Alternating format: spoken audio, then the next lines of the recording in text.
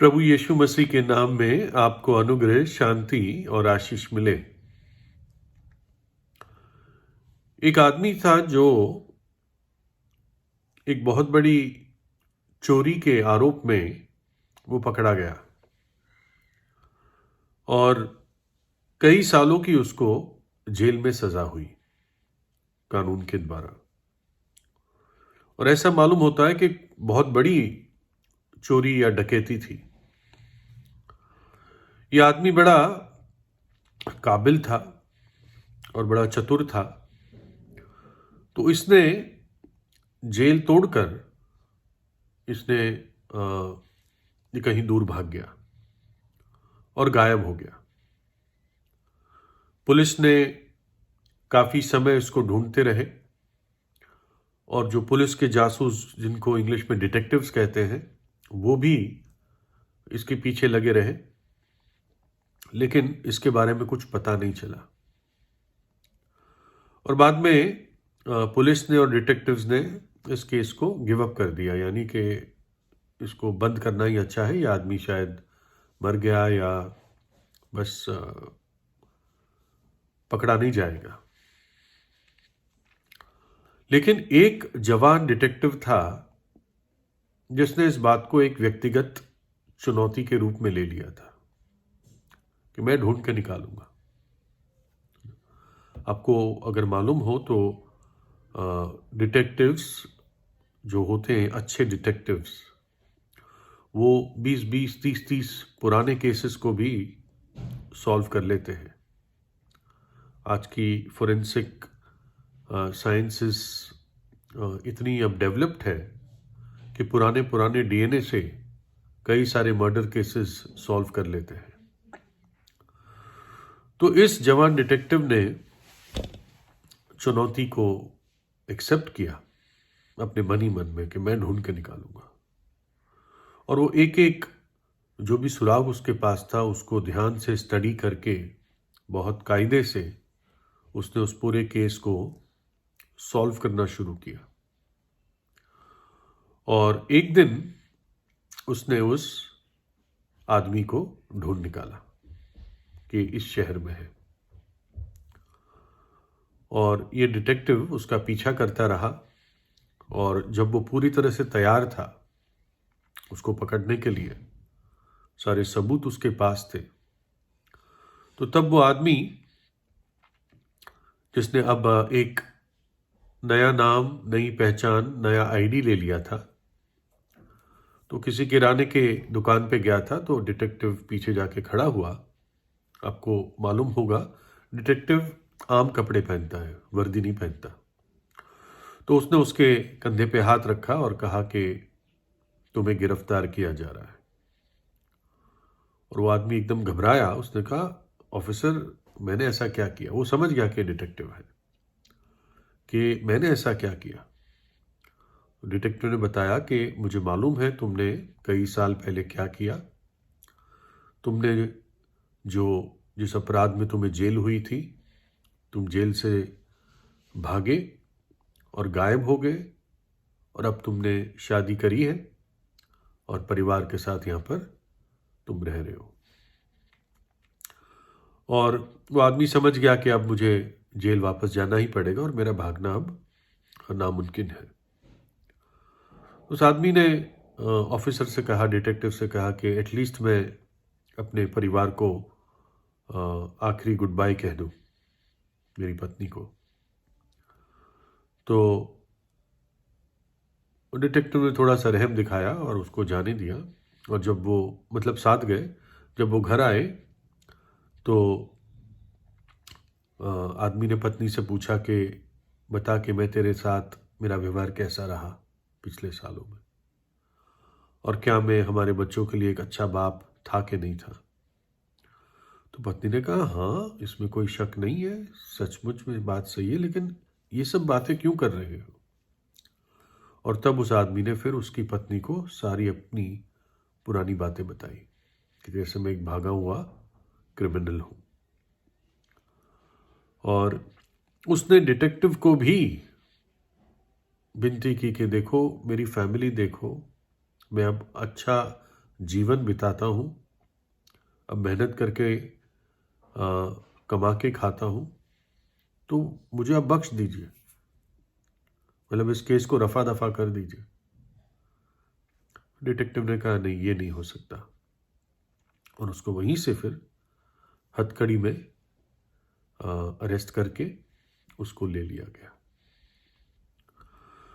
और ये जो आदमी था, इसने कई साल जेल से भागने के बाद एक अच्छे नागरिक की तरह उसने जीवन बिताया, एक अच्छा परिवार अपना बनाया, बच्चे हुए, लेकिन जो इसका एक तौर से भुगतान बचा था, जो उसने देश के कानून को या उस भूमि के कानून को तोड़ा था, उसको वो भुगतान पूरा करना ही था, है ना? चाहे वो कितना भी अच्छा रहा बाद में, लेकिन उसका अच्छा रहना उसके पिछले बुरे को धो नहीं सकता था। और दो मुख्य बातें मुझे इस घटना से सीखने को मिलती है। पहला तो, अच्छे काम बुरे काम को हटा नहीं सकते। आपने अगर 10 अच्छे काम किए और एक बुरा कार्य कर रखा है, तो वो 10 अच्छे और एक बुरा 9 अच्छे नहीं हो जाता। वो एक बुरा हमेशा आपके विरुद्ध बोलेगा, है ना? और जब दुनिया का कानून इस बात को एक्सेप्ट नहीं करता, तो परमेश्वर का न्याय कैसे एक्सेप्ट करेगा इस बात को कि अच्छे काम करने से पिछले बुरे सब जज माफ कर दे? नहीं माफ कर सकता। वो जो अच्छा किया उसके लिए तारीफ है, लेकिन वो बुरा वो हट नहीं सकता। व्यवस्था की या कानून की जो डिमांड है वो पूरी होना जरूरी है, इसलिए वो डिटेक्टिव उसको अरेस्ट करके ले गया, और अब उसकी सजा और बढ़ गई होगी। दूसरा जो सबक मिलता है कि पाप को मनुष्य अपने आप खत्म नहीं कर सकता।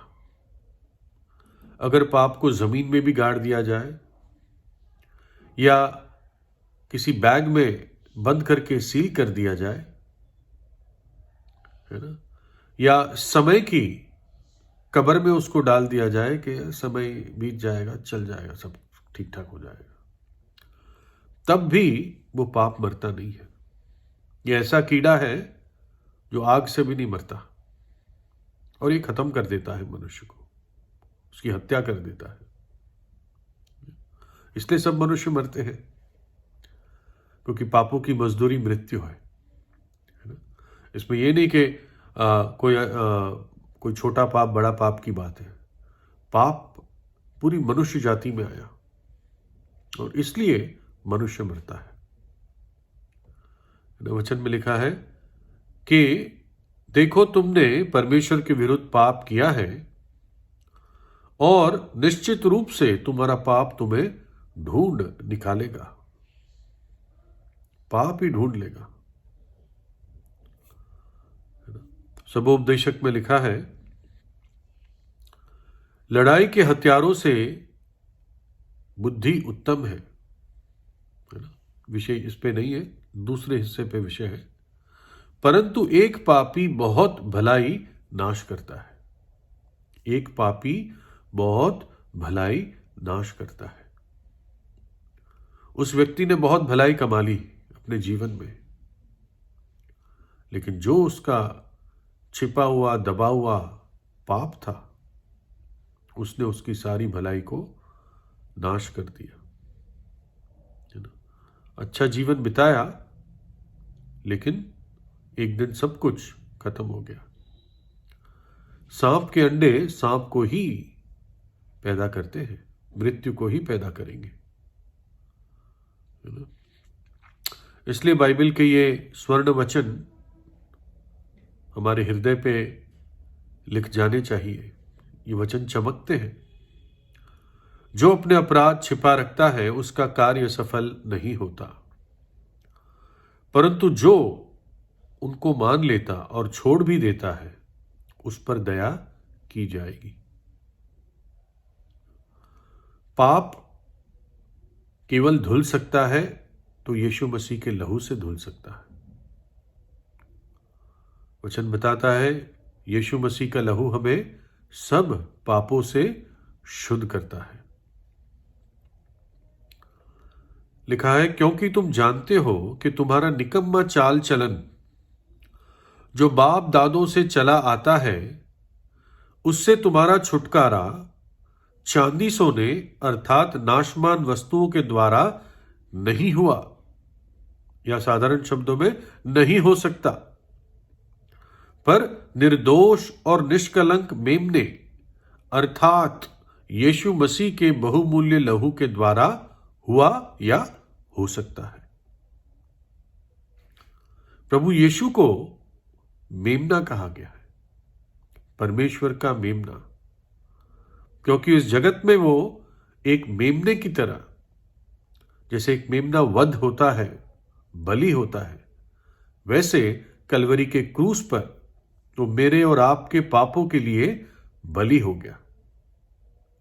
हमारे पापों को अपने ऊपर उठाए हुए उसने कलवरी के क्रूस पर अपनी जान दी, अपना पवित्र खून बहा दिया, ताकि हमारे पाप धुल सके जब हम विश्वास करते हैं।